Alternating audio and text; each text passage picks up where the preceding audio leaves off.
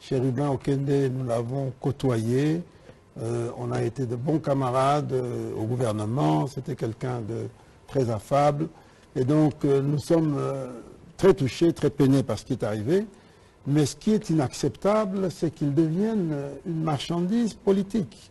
Et ça, c'est un manque total de respect de sa mémoire et de respect pour sa famille.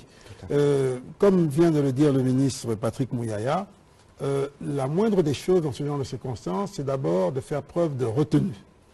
De retenue, c'est un temps de recueillement, un temps de deuil, et ce n'est pas de se lancer dans des accusations farfelues et politiciennes, qui d'ailleurs souvent essayent de cacher les véritables responsabilités. Vous savez, dans nos familles, parfois celui qui pleure le plus, quand on va gratter, Yendendoki, tout ça, mais Yentazarol et Lamindi, c'est des choses qu'on connaît, mais bon, bref, je n'entre pas là-dedans.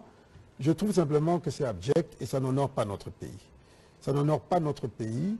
Ce qui est en train de se passer, comme l'a dit Patrick Mouyaya, c'est une tentative d'installer le chaos, c'est la stratégie du chaos.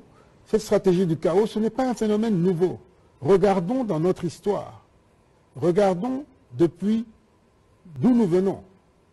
Regardons ce qui s'est passé en 2018.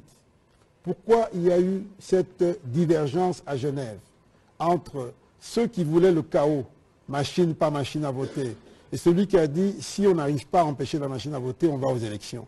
Eh bien, on les connaît. C'était la stratégie du chaos que nous n'avons pas voulu suivre, que notre leader n'a pas voulu suivre. Allons plus loin. 96-97, conférence nationale, on s'approche des élections. On n'a jamais été aussi proche des élections pendant cette transition. Cette stratégie du chaos venue du Rwanda, nous savons ce que ça a donné. Ça nous a amené, ça nous a fait faire les 40 ans de désert alors qu'on était à 11 jours de la terre promise. Eh bien, allons plus loin. En 61, 30 juin, indépendance, mois de juillet, stratégie du chaos. C'est la même histoire. Sauf que les acteurs de cette stratégie du chaos se déplacent, ils se rapprochent de plus en plus de nous, mais c'est exactement la même stratégie. Et donc, c'est une occasion pour que les Congolais se réveillent et qu'ils disent, ça nous ne voulons plus, nous avons compris, nous ne sommes pas un jouet, nous ne sommes pas, nous, un laboratoire, nous sommes un pays, des gens qui ont assez souffert de toutes ces ingérences, de toutes ces mains noires, externes avec des complicités internes, et ça nous avons dit, stop, c'est fini. Et allons plus loin. Une seule question, sans entrer dans la polémique, parce qu'il faut respecter l'instruction.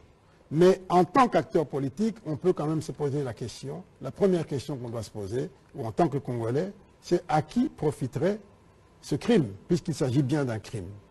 Eh bien, rien qu'avec cette question, on a déjà une bonne partie de l'éclaircissement.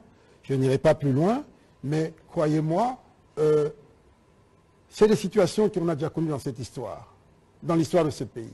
Laurent Désiré Kabila n'a pas été tué par l'opposition politique ni par Mobutu. Il a été tué par ses compagnons, par ceux qui ont cheminé avec lui, dans un but précis. Et donc, nous avons déjà connu ça. Aujourd'hui, nous sommes éveillés, nous sommes mûrs. Nous ne voulons pas ça pour notre pays. Nous voulons que notre pays progresse et qu'il sorte de cette parenthèse noire qui dure depuis 1997 et qu'il trouve sa liberté, qu'il se retrouve lui-même.